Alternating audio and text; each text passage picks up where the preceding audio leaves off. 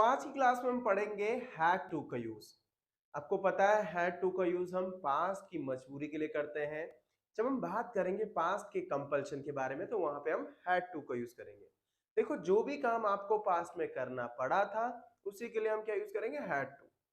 जैसे देखो जो भी काम आप पास्ट में नहीं करना चाहते थे, बहुत सारे काम ऐसे होते हैं जो हम नहीं करना चाहते बट हमें करने पड़ते हैं, ठीक है। तो जब हम हैड टू के बारे में बात करेंगे तो पास्ट की किसी भी कंपल्शन या मजबूरी या नेसेसिटी के लिए हम क्या करेंगे, हैड टू का यूज करेंगे।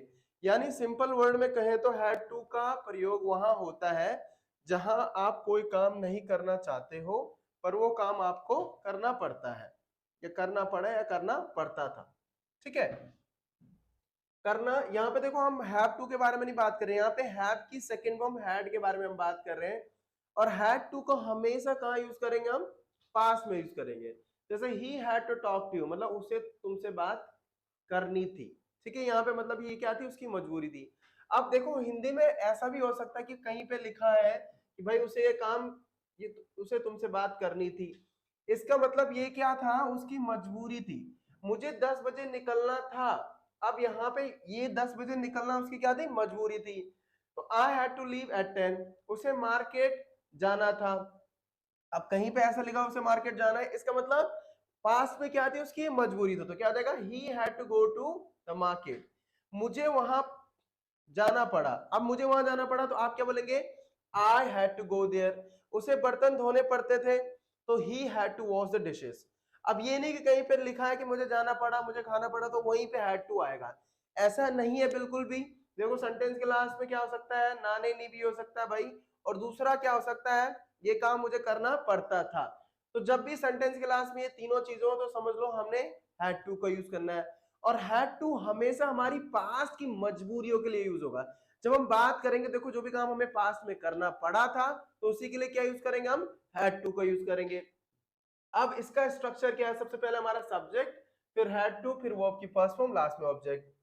अब तुम्हारा ये किसके लिए स्ट्रक्चर है, ये स्ट्रक्चर है हमारे पॉजिटिव सेंटेंस के लिए। जैसे तुम्हारे लिए मुझे झूठ बोलना पड़ा तो मैं क्या बोलूंगा, I have to speak lie for you, ठीक है। गवर्नमेंट जॉब पाने के लिए उसे घूस देनी पड़ी, he had to bribe to get a government job. देखो ब्राइब मतलब क्या होता है, घूस देना, ठीक है। जैसे देखो यहाँ पे झूठ बोलने के लिए लिखा है स्पीक लाई, वैसे घूस देने के लिए क्या बोलेंगे, ब्राइब। मुझे खाना बनाना पड़ता था तो आप क्या बोलेंगे, I had to cook food. इसका मतलब मुझे खाना बनाना पड़ता था। तेरी गलतियों की वजह से उसे जेल जाना पड़ा, he had to go to jail because of your mistakes। गलतियों के लिए क्या बोलते हैं, मिस्टेक्स। और कहा जाना पड़ा उसे, जेल जाना पड़ा, किसकी गलतियों की वजह से, तुम्हारी गलतियों की वजह से। अब जब देखो हमने अभी जो पढ़ा, हमने वो पॉजिटिव सेंटेंस पढ़े।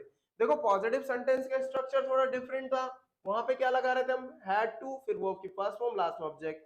मतलब सब्जेक्ट के साथ क्या लग रहा था हमारा, हैड टू, फिर उसके बाद वर्ब की फर्स्ट फॉर्म, लास्ट में ऑब्जेक्ट। पर जब हम नेगेटिव सेंटेंस के बारे में बात करेंगे तो सबसे पहले सब्जेक्ट, फिर डिड नॉट, फिर हैव टू, उसके बाद वर्ब की फर्स्ट फॉर्म, लास्ट में ऑब्जेक्ट। तो जब हम डिड नॉट लगा लेंगे उसके बाद क्या आएगा हमारा, हैड टू नहीं आएगा, हमारा आएगा हैव टू। जैसे I did not have to work hard, इसका मतलब मुझे ज्यादा मेहनत नहीं करनी पड़ी। तो आप क्या बोलेंगे, I did not have to work hard, ठीक है। हमें बस नहीं बदलनी पड़ी थी, तो बस बदलने के लिए क्या लिखा है, चेंज द बस। और ये काम हमें नहीं करना पड़ा था तो क्या आ जाएगा, we did not have to change the bus. इसका मतलब हमें बस नहीं बदलनी पड़ी थी। अच्छा, उसे गाना नहीं गाना पड़ा था तो क्या आ जाएगा, शी, या लड़का है तो he did not have to sing a song. मुझे नौकरी नहीं करनी पड़ी थी या करनी थी तो I did not have to do the job. मैंने पहले भी बताया था, अगर कहीं पे नारे नहीं हो तो समझ लो, देखो यहाँ पे भी ये क्या मजबूरी के बारे में बात कर रहा है, राइट।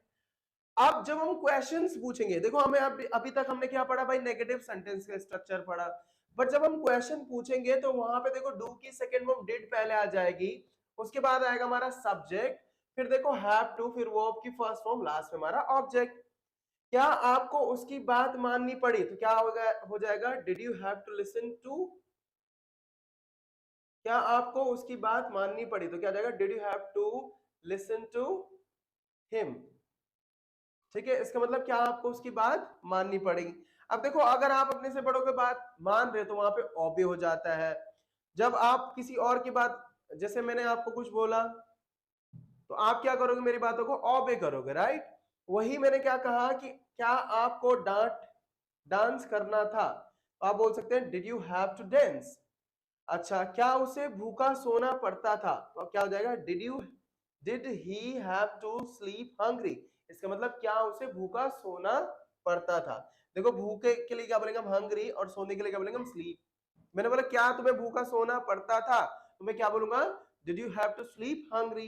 अच्छा, क्या आपको रात भर जागना पड़ता था, तो क्या हो जाएगा, did you have to wake up the whole night. क्या हो जाएगा हमारा, did you have to wake up the whole night.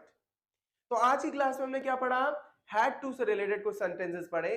अगर आज की क्लास से रिलेटेड आपके कुछ भी क्वेश्चंस हैं, कोई भी क्वेरीज हैं, तो आप कमेंट बॉक्स में जाके पूछ सकते हैं। अगर आपको ये वीडियो पसंद आती है तो हमारे चैनल को सब्सक्राइब करना है और शेयर करना है जिन लोगों को हैड टू के बारे में पता ना हो। Thank you for watching.